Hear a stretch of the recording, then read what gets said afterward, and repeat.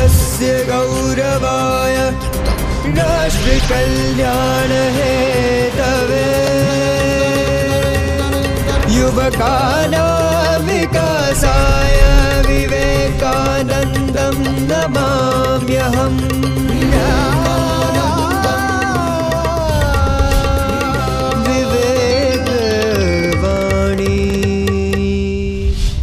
સ્વામી વિવેકાનંદ કહેતા કે આપણો ખેડૂત ખૂબ પરિશ્રમ કરી અનાજ પકવે છે। ધરતી એની માતા છે। જમીન વધારે રસકસવાળી બને એ માટે નવા નવા પ્રયોગ કરવા જોઈએ। બીજાને દ્રષ્ટાંતરૂપ થઈ શકાય એવી રીતે મહેનત કરી અને પકવવું જોઈએ। પુરુષાર્થ કરવામાં ક્યારે પાછા ન પડતા। વિવેકથી વિકાસ।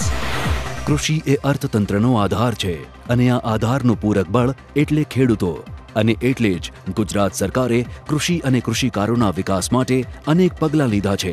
વર્ષ 1990 થી 2000ના દાયકામાં ગુજરાતનો કૃષિ વિકાસ દર -2% હતો, જ્યારે આજે ગુજરાતનો કૃષિ વિકાસ દર 11%એ પહોંચ્યો છે।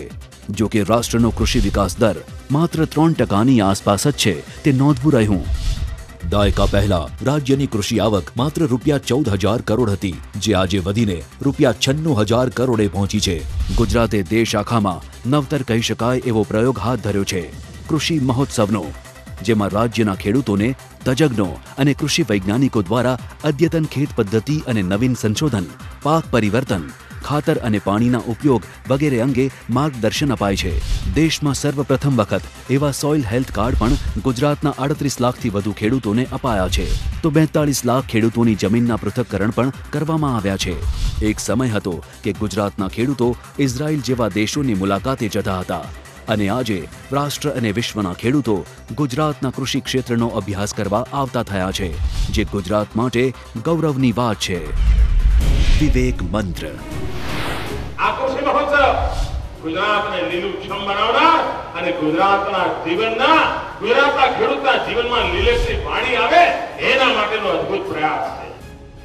અમેરિકાની સંસ્થાઓ સંશોધન કરીને એવા તારણ પર આવી કે 21મી સદીનો આ પહેલો દશકો